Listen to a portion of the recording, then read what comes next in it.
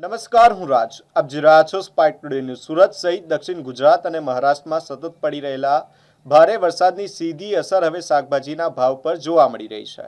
ખેતરોમાં પાણી ભરાઈ જતા અનેક પાકને ભારે નુકસાન થયું છે, જેના કારણે બજારમાં આવક ઘટી અને ભાવમાં જંગી વધારો નોંધાયો છે.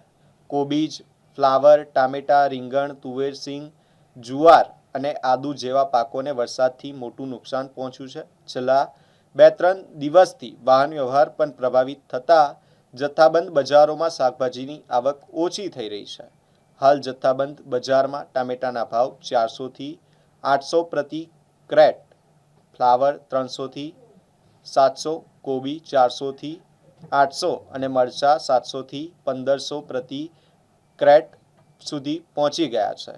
અન્ય શાકભાજીના ભાવમાં પણ નોંધપાત્ર વધારો જોવા મળ્યો છે. વેપારીઓના જણાવ્યા મુજબ જો વરસાદની સ્થિતિ યથાવત રહેશે તો નવી વાવણી પર પણ અસર પડશે, જેના કારણે આગામી દિવસોમાં શાકભાજીની વધુ તંગી અને ભાવ વધારો જોવા મળી શકે છે.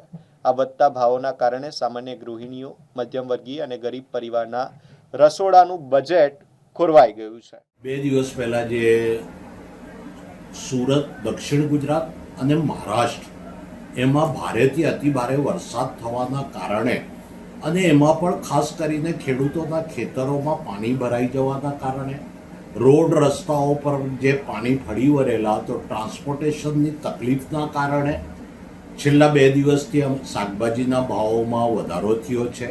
ખાસ કરીને એવી શાકભાજી કે જે ખેતરોમાં પાણી ભરાઈ ગયા છે અને પાણીમાં શાકભાજી ટકતી નથી. કોબીજ છે, ફ્લાવર છે, ટમેટા છે, રીંગણ છે, તુવેર સિંગ છે, ગુવાર છે, આદુ છે, આવી શાકભાજીના ભાવોમાં અમારા ત્યાં વધારો થયો છે. અને આપણા સાથે સાથે જે મહારાષ્ટ્રમાં પણ અતિ ભારે વરસાદ થયો છે, કારણ કે આપણે દક્ષિણ ગુજરાતમાં મહારાષ્ટ્રમાંથી મોટે ભાગે શાકભાજીની આવક થતી હોય છે, તો એ વિસ્તારમાંથી આપણા ત્યાં ટ્રાન્સપોર્ટેશનમાં જે તકલીફ આવી 2-3 દિવસ એમાં વધારે અસર થઈ છે. હજુ આવનારા દિવસોમાં જો આવી રીતના જ વરસાદ વરસતો રહે, ખેડૂતોનો પણ બહુ મોટો નુકસાન થયો છે.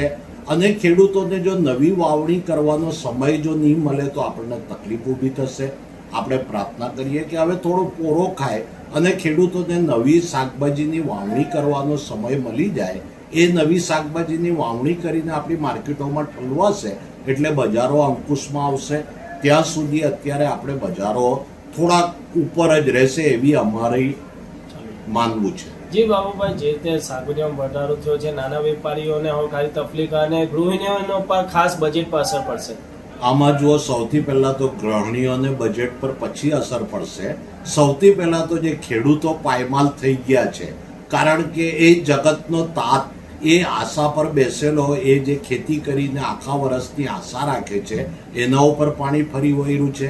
એના સાથે સાથે જ્યારે ખેડૂતોને નુકસાન થાય એટલે સ્વાભાવિક છે કે બજારોમાં માલની આવક ઓછી થાય અને બજારોમાં માલ ઓછો આવે એટલે ભાવ વધારો થાય.